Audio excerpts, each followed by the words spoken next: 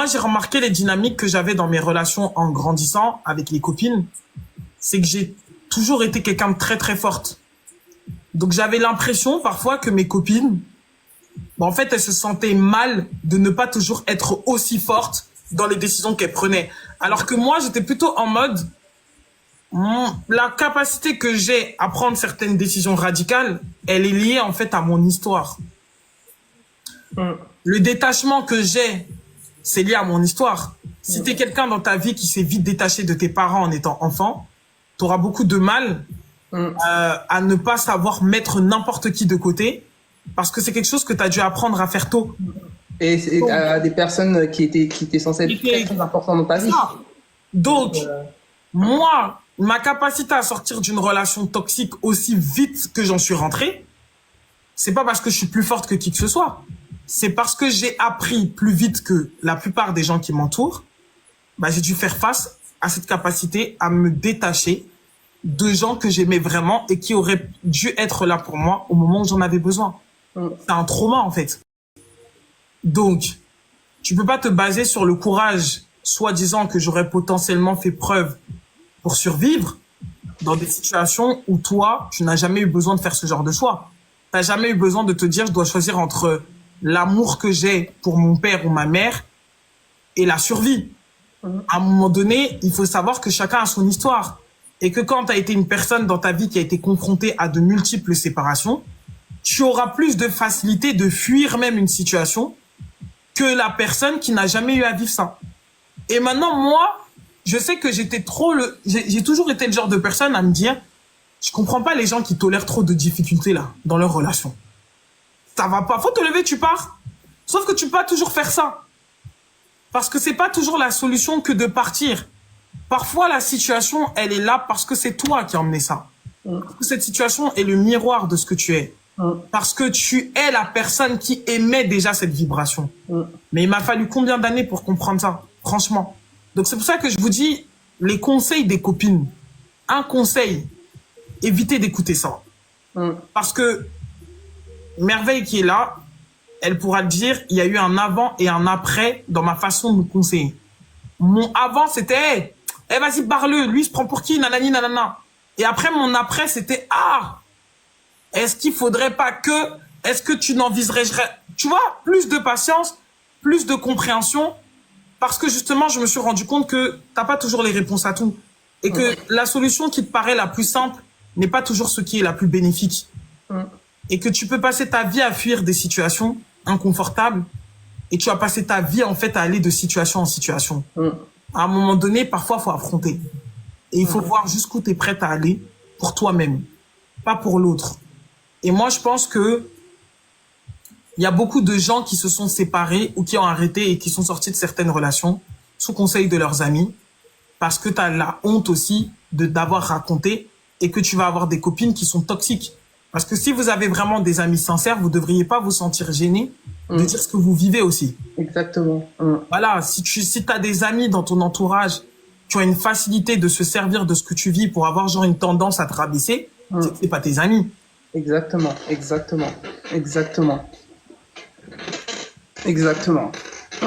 ça, c'est super important de le qualifier parce que moi, quand j'écoute certaines histoires de personnes qui ont des copines ou autre chose et qui n'ont pas justement cette capacité à faire un tri rapide, et je trouve ça surprenant de voir comment certains comportements peuvent changer quand les gens se rendent compte que t'as peut-être pas le statut que t'avais avant, t'as peut-être plus les choses que t'avais avant, et tu vois que les gens ils ont des permissions dans leur comportement qu'ils n'auraient jamais eu avant.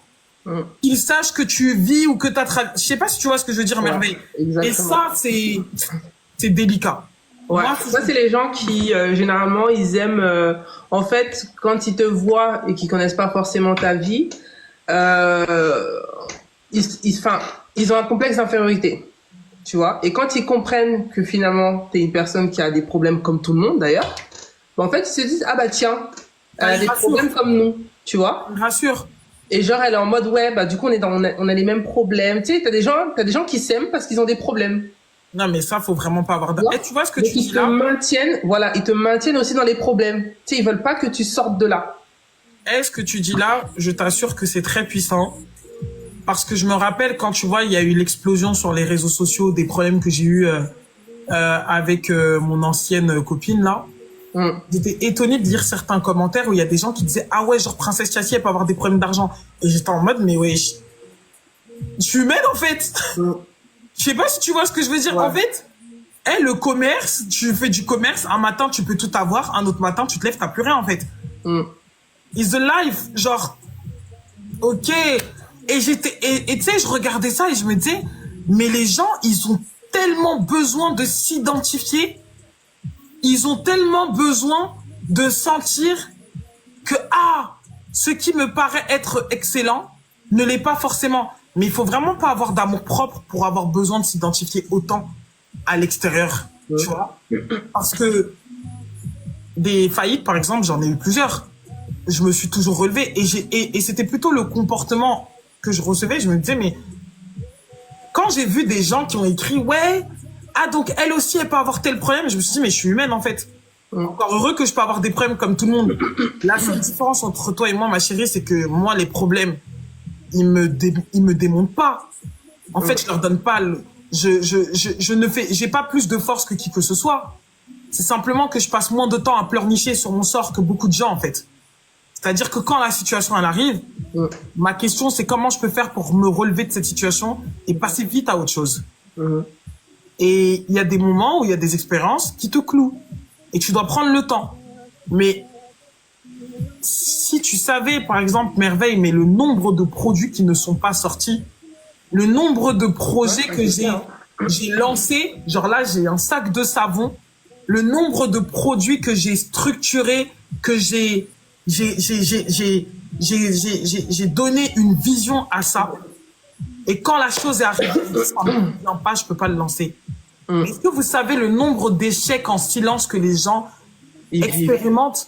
Et en fait, c'est même pas des échecs. Moi, je les appelle des expériences. Ce n'est pas convenable. C'est pas à la hauteur de ce que je pense être capable de faire.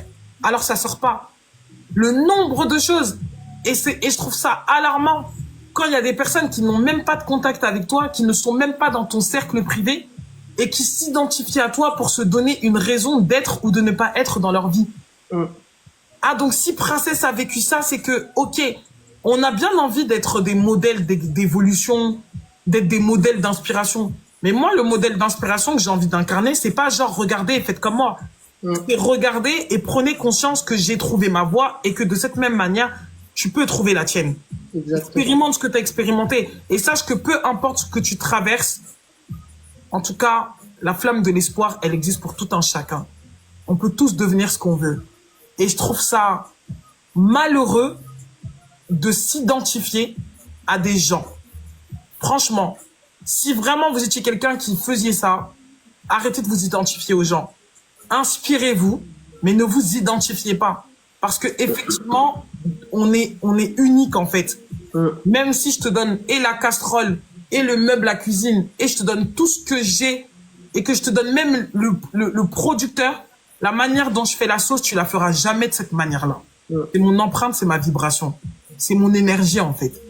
Et moi, j'aimerais que vous puissiez prendre conscience de votre unicité. Parce que c'est comme ça qu'on rentre dans son authenticité, qu'on s'apprécie pleinement pour tout ce qu'on représente. Et quand les gens vous pointent du doigt et disent « Ouais, elle est comme ça, elle est méchante, elle est ceci », ouais, c'est aussi moi. Ouais, exactement. J'accepte d'être la méchante dans ton histoire parce que ça aussi, c'est moi. Je suis pas seulement la bonne princesse. Je suis pas seulement la bonne merveille. Je suis aussi ça, en fait.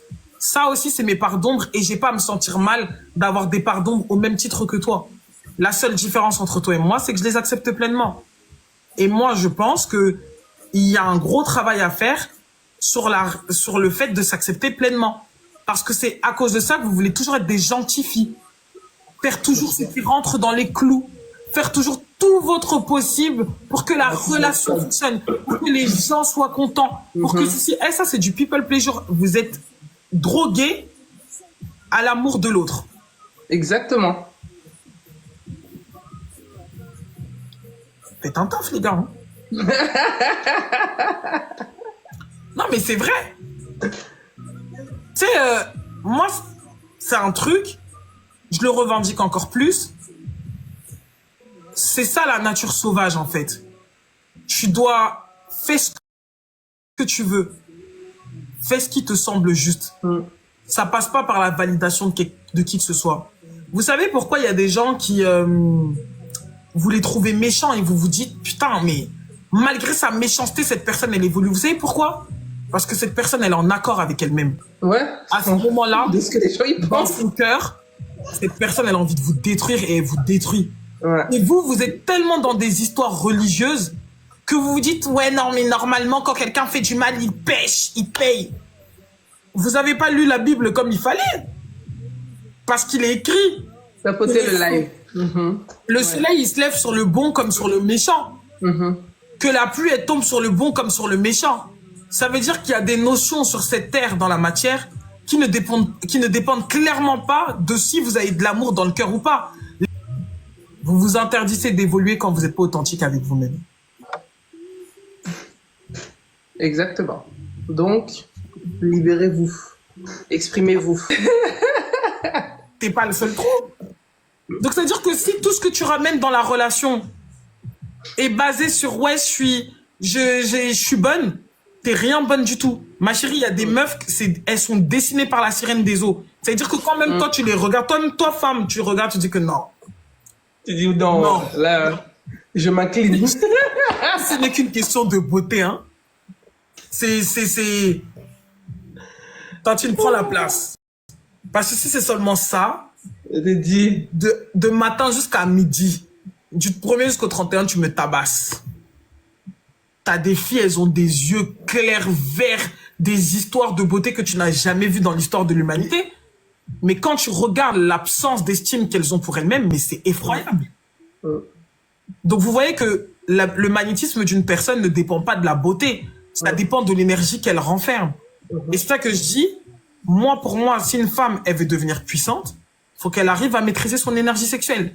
Tant qu'elle ne saura pas maîtriser cette énergie et qu'elle la donnera à n'importe quel individu inutile pour la société humaine, inutile pour la société spirituelle, inutile pour toutes les dimensions, pour la société même ancestrale, bah, je suis désolé. T'es là, tu donnes ton corps à quelqu'un qui a même pas un numéro de sécurité sociale. Mais ma chérie, à un moment donné, pose-toi des questions. Tu vois ce que je veux dire? C'est toi, en fait.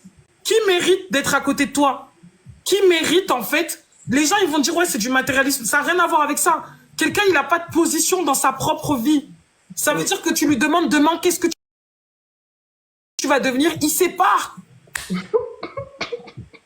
Il sait pas. Il te répond, ouais, on verra ce que là où le vent nous mène. Mais attends, maintenant, toi, t'acceptes quelqu'un comme ça, de venir avoir des rapports avec toi. Après, maintenant, le préservatif, il craque, tu dis que, oh non, je savais pas. Tu savais pas quoi?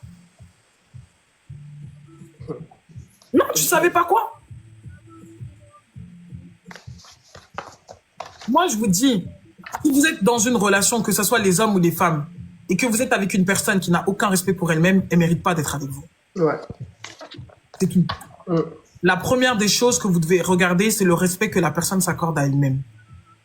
Quand une femme ou quand un homme ne décide pas d'être un chiffon qui va partout, c'est pas parce qu'il t'aime trop, en fait. Parce qu'à un moment donné, il acquiert une certaine maîtrise et un respect pour lui-même et il se dit qu'il peut pas faire les mêmes choses qu'il faisait quand il avait 20 ans. Ça n'a rien à voir avec l'amour parce que de manière générale, les hommes, ils trompent pas parce qu'ils manquent d'amour. Donc, ça n'a rien à voir avec ça. Et moi, je pense que toutes ces choses-là devraient être enseignées parce que je pense que les femmes se détournent du véritable sujet. Exactement. Et se détournent de leur véritable responsabilité. Moi, un mec qui se lève un matin et qui décide à 30 ans de ne pas assumer un enfant ou autre chose ou nanani nanana, tu me diras ce que tu veux, merveille, mais pour moi, il y a des signes qui sont pas trompeurs. Tu comprends? Dans sa capacité à s'engager. Déjà, qu'est-ce que tu te retrouves à avoir des rapports non protégés avec une personne avec qui vous avez jamais discuté de la possibilité que s'il y a un enfant qui arrive, qu'est-ce que vous faites? Qu'est-ce qu'on fait, ouais. Exactement. Non, mais si, hein. Comment est-ce qu'il gère la pression? Comment est-ce qu'il gère l'imprévu dans sa vie, de manière générale? Parce qu'il y a des choses qui sont imprévues. Tu t'es dit, je vais faire un gosse dans 3 ans et tu te retrouves que finalement, il arrive là. Ok, l'imprévu, vous le gérez comment? Il y a des gens que face à l'imprévu, ils fuient. Ils fuient. Tu te lèves un matin, tu as vécu avec un homme pendant des années. quand tout allait mal et que t'étais amoureuse et que le tapioca était goûteux, c'est-à-dire que là, quand ça tapait fort dans le lit, il n'y avait pas de souci. Et un matin, quand t'aimes plus parce que tu sens que tu peux avoir autre chose dans ta vie, tu vas te mettre sur Internet pour nous justifier que oh non, il m'a fait ceci, il m'a fait cela. Franchement, il y a des femmes, elles sont folles. Moi, j'interdirais mon fils de se mettre avec une femme qui expose les relations qu'elle a eues. Mais en fait, c'est tellement sale et souillant. Vous pouvez même pas vous imaginer. Le tapioca, c'est un truc qu'on mange au Cameroun, en fait.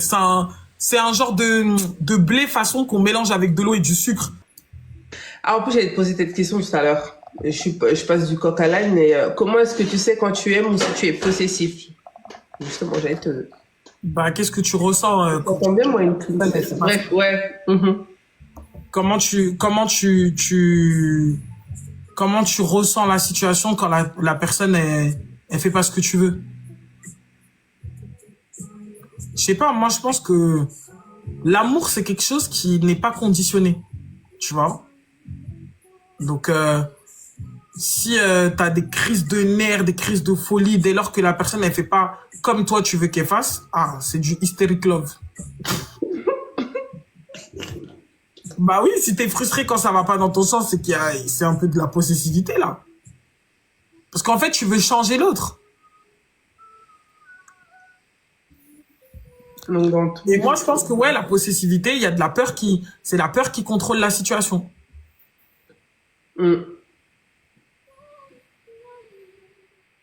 Moi, je pense que c'est ça. Je sais pas.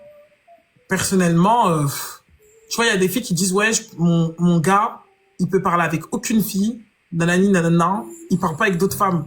Mais je vous vois comme des folles, hein. Je sais pas. Pour moi, en fait, c'est de la possession. Ça veut dire que tu dois faire comme je veux, tu dois être là où je veux, tu dois faire de la manière dont je veux. C'est un humain. Enfin, tu peux pas faire ça. Ça va créer quoi dans votre relation? Et puis même, c'est un adulte, quoi. Bah oui, qui se gère tout seul. Moi, pour moi, l'unité de mesure, c'est le respect. Tu peux pas dire à un homme... En fait, il y a des femmes, pour moi, je trouve qu'elles sont dans l'hystérique love pour rien. Parce que tu peux pas dire à quelqu'un, ne fais pas ci, ne fais pas ça. T'es pas là, tu peux pas savoir. Tu vois? Donc moi, je pense que c'est important de lâcher prise et de baser les choses sur le respect. Le respect, pour moi, c'est la meilleure unité de mesure. C'est le respect qui fait que même si vous êtes en froid, il y a des trucs que tu fais pas. Parce que parfois, t'as vu, je pense que les sentiments, l'amour, toutes ces choses-là, c'est des choses qui peuvent varier. Tu peux être dans des situations de froid où tu ressens plus rien d'affectueux pour la personne. Qu'est-ce qui fait que, je sais pas, tu viens de découvrir quelque chose de très très grave sur la relation? Qu'est-ce qui fait que toi, tu vas décider que non, tu poses pas certains actes alors que tu as toutes les raisons de les poser? C'est le respect. Mais premièrement, le respect que tu t'accordes à toi-même et ensuite le respect peut-être que tu accordes à la relation. En fait, pour moi, en fait, l'unité de mesure, c'est le respect. Et dans le respect, personne ne te donne un livret. Tu vois, moi, il y a personne qui m'a expliqué comment apprendre à te respecter, toi, merveille. Comme personne ne t'a dit comment apprendre à me respecter. Après, c'est sûr qu'il y a des trucs qui se régulent toujours parce que il y a des conflits dans les relations et on est toujours obligé de se réguler de cette manière-là, tu vois. Mais personne ne va te dire comment respecter qui que ce soit. Le respect, c'est bien le truc que tu donnes à quelqu'un sans qu'on ait besoin de t'expliquer comment lui donner.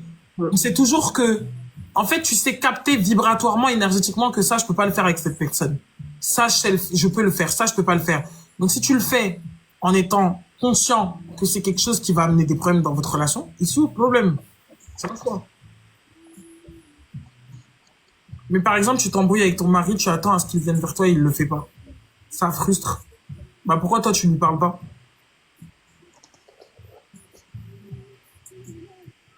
Toi aussi je comprends pas. Vous savez qu'il y a des hommes, ou vous savez qu'il y a des humains qui ont des tendances de fuite.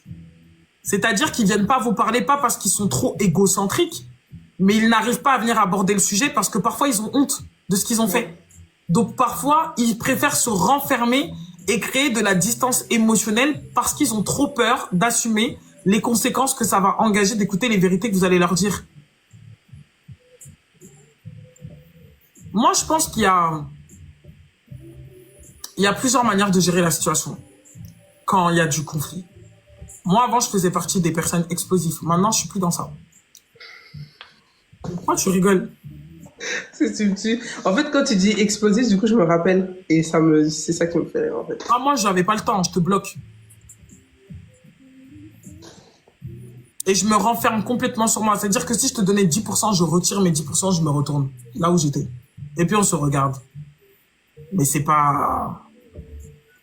Il fait passer l'enfant avant sa femme. Est-ce normal de penser comme ça?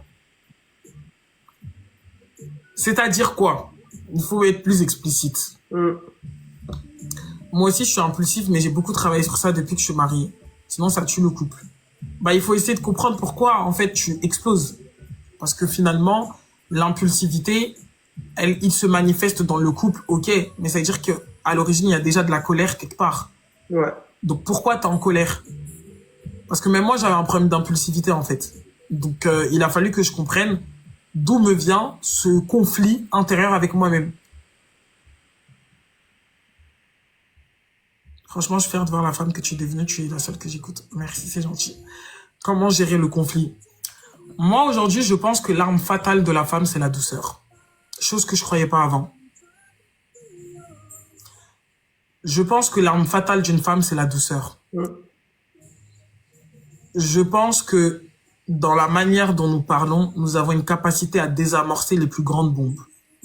Il y a une différence entre dire à quelqu'un « Eh, vas-y, toi, comment t'as fait toute ta chose? Comment t'as fait ceci, t'as fait cela ?»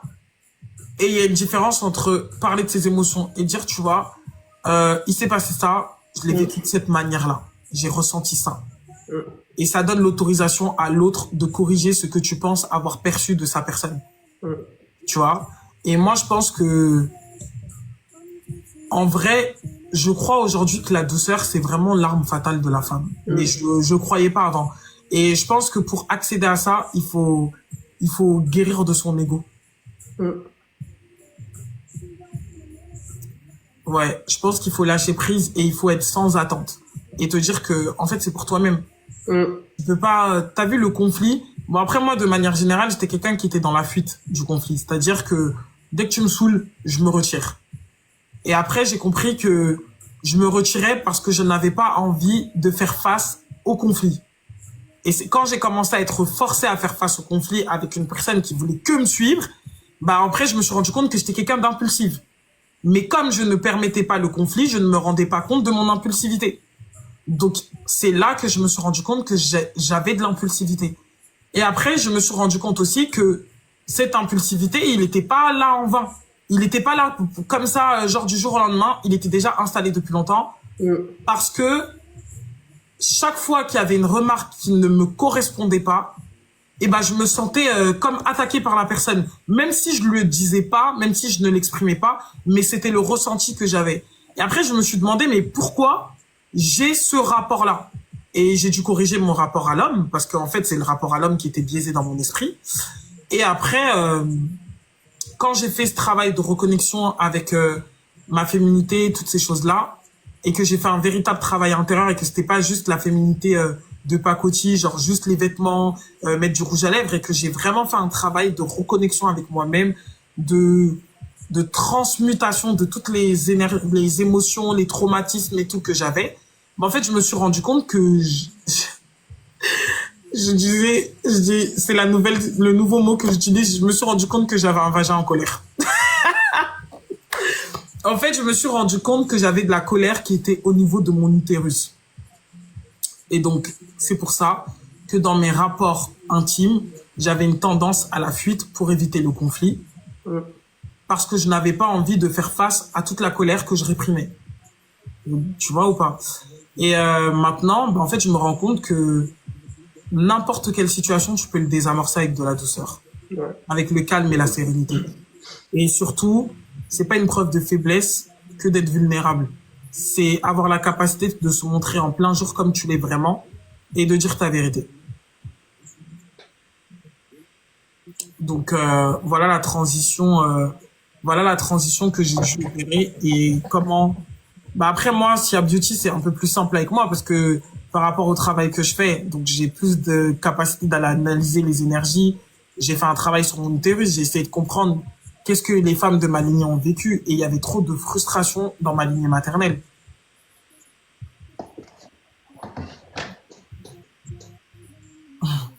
Donc, il y avait trop de frustration dans ma lignée maternelle. Il y avait trop de haine des hommes parce qu'il y a eu des femmes qui ont été blessées. Et il faut savoir que la particularité qu'on retrouve chez beaucoup de femmes qui sont camerounaises, et ben c'est ça, elles sont colériques les femmes camerounaises, plus que la moyenne. Observez bien. Et ben en fait, quand tu regardes au niveau karmique, et à un moment donné, c'est comme s'il y avait eu un abandon des hommes face aux situations. C'est historique. Il y a beaucoup de choses qu'aujourd'hui nous vivons. Bah, quand on remonte à l'histoire de nos lignées, on se rend compte que c'est générationnel, c'est historique. C'est comme on retrouve beaucoup de femmes qui peuvent beaucoup d'hommes qui sont très efféminés ou autre chose. Par exemple, chez les Congolais, on se rend compte que les hommes, ils ont des tendances à être efféminés. Mais pourquoi? Parce qu'à un moment donné, quand vous regardez les situations, les traumatismes qu'il y a eu dans certains endroits, auprès de certaines communautés, quand vous regardez ce que les femmes, elles ont dû traverser et dont elles ont dû faire face, c'est comme s'il y avait un cri intérieur, transgénérationnel de la femme qui dit ils étaient où les hommes pour m'éviter de subir ce que j'ai subi, alors que c'est pas de leur faute. C'est pas de leur faute. Et moi, je pense que en tant que femme noire, plus que les autres, je sais pas. Après, je pense que ça se gère un peu comme ça pour beaucoup de gens, mais je pense qu'aujourd'hui, le rapport à la soumission, le rapport à la douceur, je suis désolée, mais c'est les femmes noires qui doivent le plus l'intégrer. Et c'est quelque chose que quand les hommes noirs le disent, tout de suite, c'est ouais, vous faites du comment ils appellent ça? Vous faites du sexisme ou je sais pas comment comment un terme là qu'ils utilisent là. Ouais, genre comme si en gros les hommes noirs, ils avaient un privilège qu'ils donnaient aux femmes de d'autres communautés. Et je trouve que en tant que femme noire, on a du mal à aller creuser derrière en fait ce qui est dit. Ouais, ils disent la misogynie noire, alors que non, en fait c'est réel. Je veux dire que les femmes noires, elles développent malheureusement, et c'est parce que vu comment nous grandissons, bah on développe plus de testostérone que les autres femmes, parce qu'on n'a pas les mêmes responsabilités, on n'est pas rentalisé dès le bas âge, on se retrouve quand t'es aîné à être la mère de tous les autres. Enfin, en fait, tu te retrouves à avoir des responsabilités qui ne sont pas les tiennes. Donc là où les gens attendent que tu aies de la douceur qui est quand même liée avec qui est liée à ton état de réceptivité, ton état de réceptivité qui est lié à qu'on appelle la féminité. Mais en fait, quand on parle de réceptivité, c'est-à-dire qu'il faut déjà que tu aies reçu quelque chose pour rendre de la douceur. Donc si tu as grandi dans un environnement où tu as vu une mère qui passe son temps à crier, qui n'a pas d'amour propre pour elle-même, qui ne s'est pas épanouie, et que toi, tu deviens le pilier sur lequel elle se repose parce que le père est parti, mais excuse-moi, naturellement, t'as forcément une faille quelque part, qu'il faut que tu règles. Déjà, ton rapport à la féminité, de savoir qu'est-ce que c'est réellement qu'une femme, et savoir en fait que le sacrifice, où est-ce qu'il s'arrête? Pour qui je me sacrifie? Est-ce que je dois me sacrifier? Et t'as plein de gens comme ça. Donc moi, je trouve que les gens, quand il y a des hommes qui parlent de certains sujets, au lieu de prendre le sujet et d'aller regarder la profondeur, elles restent sur le côté superficiel qui est « Ouais, mais les femmes blanches, elles sont beaucoup plus douces que les femmes noires. » En fait, allons à l'histoire. Allons à l'histoire. Quand tu regardes les colonies aux Antilles ou autre chose, aujourd'hui, on regarde, on dit « Ouais, les Antillaises, c'est des matriarcats, mais toxiques, où t'as que des femmes qui gouvernent et les hommes, en fait, ils sont effacés, ils sont émasculés. Mais pourquoi? Parce que ça a été voulu. Parce que quand leurs ancêtres ils sont arrivés sur ces terres-là, on donnait les travaux les plus difficiles aux femmes et on faisait en sorte que les hommes ils fassent des travaux de femmes. Mais parce qu'il y avait une volonté à perturber le cycle naturel des choses. Maintenant, aujourd'hui, la question, c'est pas de pouvoir aller changer le cours de l'histoire, c'est de comprendre pourquoi nous en sommes là, de le mettre en nous, de tirer des réponses, de comprendre, ouais, selon le mécanisme que j'ai observé, il est difficile pour moi de faire preuve de soumission parce que j'ai observé ci, j'ai observé ça. En fait, c'est trouver les réponses qui vont venir expliquer le pourquoi tu n'arrives pas à avoir un certain mécanisme et à partir de là, t'apporteras des solutions à ta propre vie. Parce que tu peux pas changer l'histoire, mais tu peux changer au moins la tienne. Exactement. Donc, je sais pas ce que toi t'en penses, Merveille, mais en tout cas, je trouve que les gens, il faut qu'ils se disent la vérité. Les femmes noires, il faut qu'on régule notre taux de testostérone. C'est une réalité. C'est exactement ça, ma chérie. Tu as tout résumé. Tu vois, c'est comme il disait The Clay, là, tout problème a une racine. C'est exactement ça. Tu vois, aller chercher à la source, en fait, et pas rester sur le côté, l'aspect sur le côté superficiel. Les gens, ils sont vraiment focus sur, voilà. Et c'est dommage, en fait, tu vois. C'est quand tu vas à la source que tu comprends pas mal de choses. Donc, Bah oui, des guérisons transgénérationnelles.